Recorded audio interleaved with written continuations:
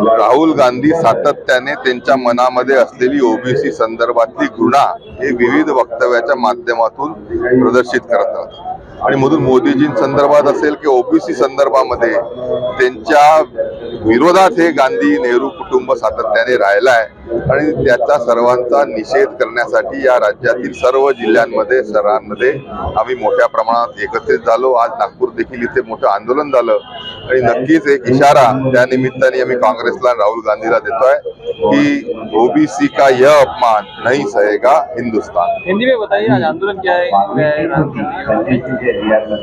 मांग निश्चित तौर पे हमारी यही है कि राहुल गांधी के मन में जो ओबीसी के प्रति ईर्ष्या है, द्वेष है, घृणा है, उसका निषेध करने के लिए हम सब लोग यहाँ पे एकत्रित हुए थे। पूरे राज्य में हम भाजपाई लोग मोदी जी का अपमान या ओबीसी का अपमान कदापि सहन नहीं कर सकते और इसलिए हम पूरी ताकत से आंदोलन कर रहे हैं।